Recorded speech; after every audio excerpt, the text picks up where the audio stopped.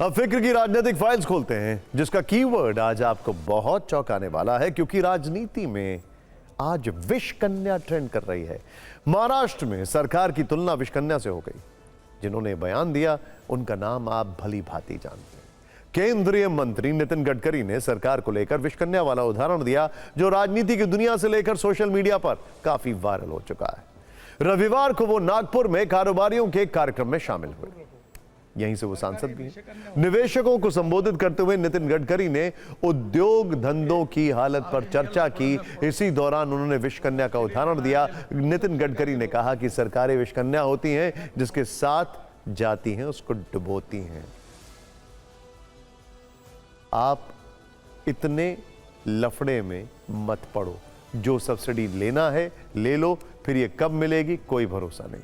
नितिन गडकरी ने बयान महाराष्ट्र में हाल ही में शुरू हुई लड़की बहन योजना के संदर्भ में दिया। पहले आप ये बयान सुनिए, फिर इस बयान के मायने हम समझते हैं। और सब सरकार के भरोसे नहीं होता। मेरा तो मत है, कोई भी पार्टी की सरकार हो, सरकार को दूर रखो। सरकार ये विषय कन्या होती है, जिसके साथ जाती है उसको डुबाती है। ये आप इनके लफड़े में पड़ो मत। जो सब्सिडी लेना है ले लो, पर ये कोई कब मिलेगी कुछ मिलेगी कोई भरोसा नहीं होता। अभी मेरे लड़के ने मुझे परसों हमको 450 करोड़ सब्सिडी मिली है और पैसे जमा है टैक्स के।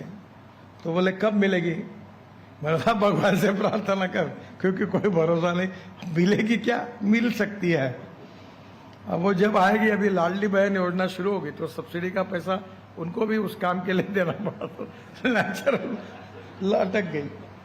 अभी बीच में टेक्सटाइल वालों की इंडस्ट्री बंद पड़ी, उनकी पावर की सब्सिडी नहीं मिली। नितिन गडकरी ने भले ही मजाकिया लहजे में विष कन्या वाला उदाहरण दिया, इसे सरकार और उसकी योजनाओं से जोड़ दिया, लेकिन बात रखने का उनका ये अंदाज आप समझ सकते हैं। हंसते मुस्कुराते वो अपनी ही सरकार पर कटाक्ष कर गए। दरअसल महाराष्ट्र में लोकसभा चुनाव में बीजेपी गठबंधन को बड़ा नुकसान हुआ था। गठबंधन को राज्य की कुल 48 सीटों में से सिर्फ 17 से संतोष करना पड़ा। उस नतीजे के बाद महाराष्ट्र की एनडीए सरकार ने जो बजट पेश किया उसमें लोक लुभावन योजनाओं की झड़ी लगा दी। बजट में मुख्यमंत्री लड़की बहन स्कीम का ऐलान हुआ। इस योजना में 21 से 60 साल की गरीब महिलाओं को हर महीने 1,500 रुपए देने का वायदा किया गया। इससे सरकारी खजाने पर सालाना 40,000 करोड़ रुपए का बोझ बढ़ गया। युवाओं को काम की ट्रेनिंग देने के लिए एक स्कीम लॉन्च की गई, जिस पर सालाना 10,000 करोड़ रुपए खर्च होंगे। वहीं किसानों को मुफ्त बिजली देने की वजह से खजाने पर 14,800 करोड़ का बोझ बढ़ेगा। इनके अलावा बाकी योजनाओं की सब्सिडी और रियायतें मिला दें तो यह रकम 96,000 करोड़ रुपए बनती है। इस तरह महाराष्ट्र पर मार्च 2025 तक करीब 8 लाख करोड़ का कर्ज हो जाएगा।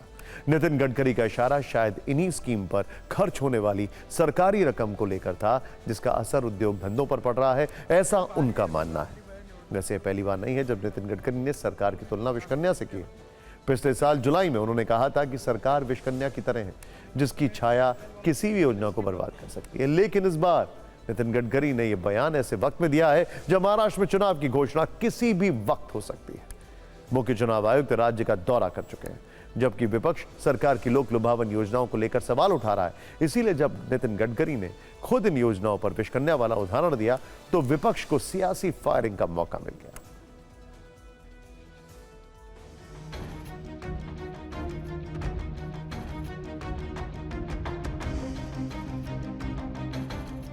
सरकार ये विषय कन्या होती है, जिसके साथ जाती है उसको डुबाती है। आप ये मोदी जी को बात करिए, अमित शाह जी को कहिए, ये जहर है ना, ये जहर आप जनता को पिला रहे हैं। लाडली बहन योजना है, ये फ्रॉड है। ये हम नहीं कहते, ये मोदी जी कहते। इस प्रकार की जो योजनाएं होती है ये लूटमार की योजना है, भ्रष्टाचार की योजना है।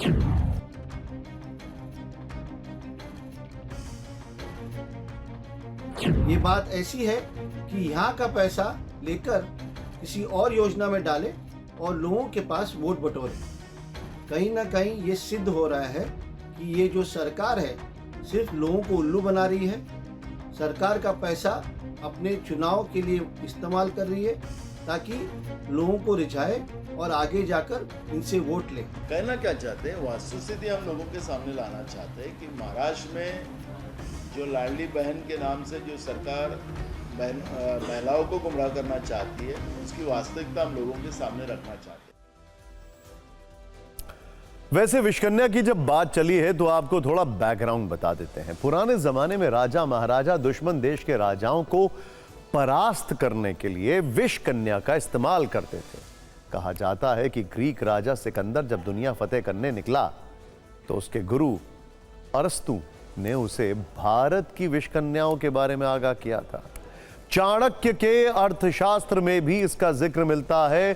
चाणक्य ने इसमें राष्ट्र की रक्षा के लिए गुप्त रहने वाले एक विशाल खुफिया संगठन का वर्णन किया है। शत्रु का नाश करने के लिए विषकन्या, गणिका, जहर सहित कई उपायों का विधान है और शत्रु को मिटाने के लिए बड़े खर्च को भी राष्ट्र नीति के अनुकूल घोषित किया है।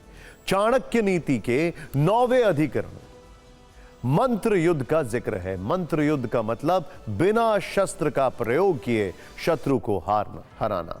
मंत्र युद्ध में विषकन्याओं को शत्रु पक्ष में भेजा जाता था।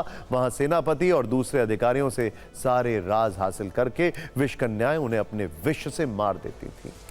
कई बार शत्रु राजा या राजकुमारों को भी विषकन्याओं के जरिए मरवा दिया जाता था।